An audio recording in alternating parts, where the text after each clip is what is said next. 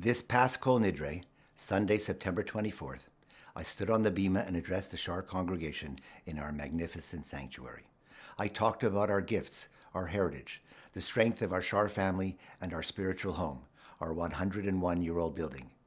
I asked that we imagine all the prayers of those who came before us and reflect on our hopes and dreams for the coming year. Little did we know then how, less than 2 weeks later, our Jewish world would be forever changed. October 7th is seared in our hearts and souls, and we continue to struggle to make sense of the horrific terrorist attack. What quickly followed were hate-filled events and rhetoric around the world. And right here across Canada and in our own city, we are witnessing rampant anti-Semitism, including violent attacks on our institutions. These are challenging times for our global Jewish community. Now more than ever, it is so important that we ensure the vitality, the viability, and strength of our Jewish institutions. And now more than ever, we must invest in our synagogue. It is one of the most important foundations of Montreal Jewish life. Our Shaar is where we come to seek comfort and solace. This foundation is both spiritual and physical. The Shaar Family Capital Campaign began a number of years ago to ensure that we can preserve our legacy, to improve, upgrade, and redesign our synagogue, to care for our Shaar for the present and for generations to come. We knew that it was important when we launched the campaign. Now it is even more important to complete the work that we started. A heartfelt thank you to the Shaar Family Capital Campaign leadership, Marvin Korber, Michael Cape, and Rabbi Adam Shaar, who have worked tirelessly over the years. Many of our Shaar families have donated, and we are very grateful. Thanks to them, we have accomplished a lot. I am very excited that we have finally started the much-needed restoration, redesign, and upgrades to the main lobby and chapel. I am here today to give you an update on the financial status of the campaign.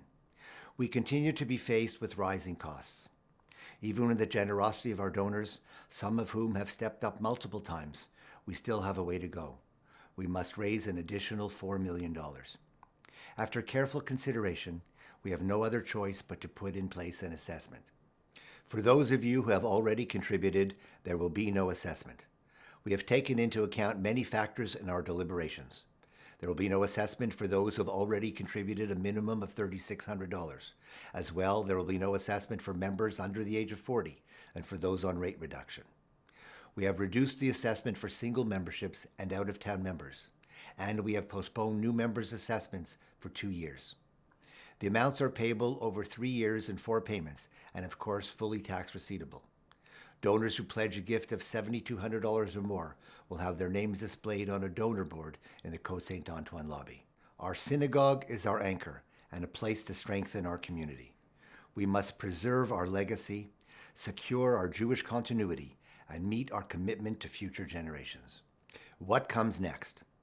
The synagogue's Board of Trustees approved a resolution for the assessment on October 2nd, 2023.